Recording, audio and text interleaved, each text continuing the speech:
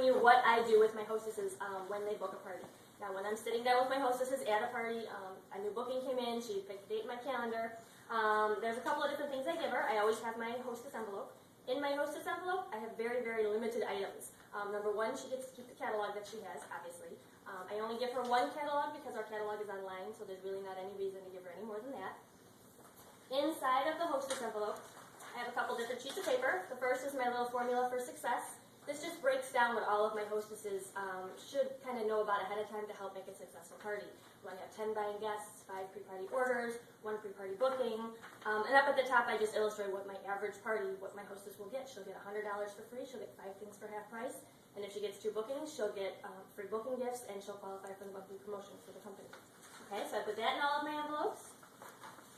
I put a little bit of information about recruiting in there, because a hostess obviously already loves the product, so she wouldn't have booked a party, so that's always a great lead. So I put a little bit of information about, the kind of money that we can make, your, $25 to $35 an hour, that's all broken down inside of there as well as, okay, what does it really cost to get started? Everybody always asks that. So I have it broken down. If you do Smart Start, this will break down, it pretty much costs you tax and shipping, and that's it. So it's a $25 investment, you end up with over $1,300 in merchandise and awards and profits. So I break it down to make it very easy for people to see. Now, one of the main things that's in here, and this is the last piece of paper I'm going to show you, is my actual hostess party menu. I call them my taste and see parties. Well, that's what I call them on my paper, but they're really just cooking parties. I started my cooking parties with much bigger choices. I used to have a 2-page spread, and they can pick a couple different things, and it got too complicated for me. So as I've been working with these parties the last, past year, I've tailored it, and I've narrowed it down so that I know what's coming. My hostess can choose up to 2 items on here to make at her party. My hostess is in charge of all of the ingredients. She buys all the ingredients, and she does any pre-party prep work.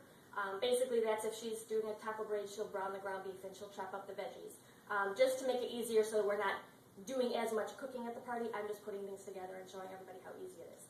All of the recipes on here have been tested and tried at all of my parties, so I know they work, for the most part.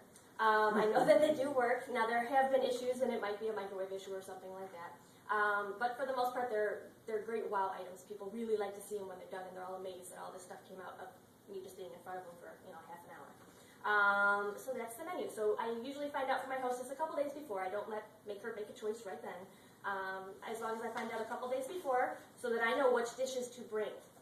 Now, make sure if you're doing taste and see parties, make sure you own the dishes that you're going to be cooking with, because you're in charge of bringing the dishes to actually make the meals, okay?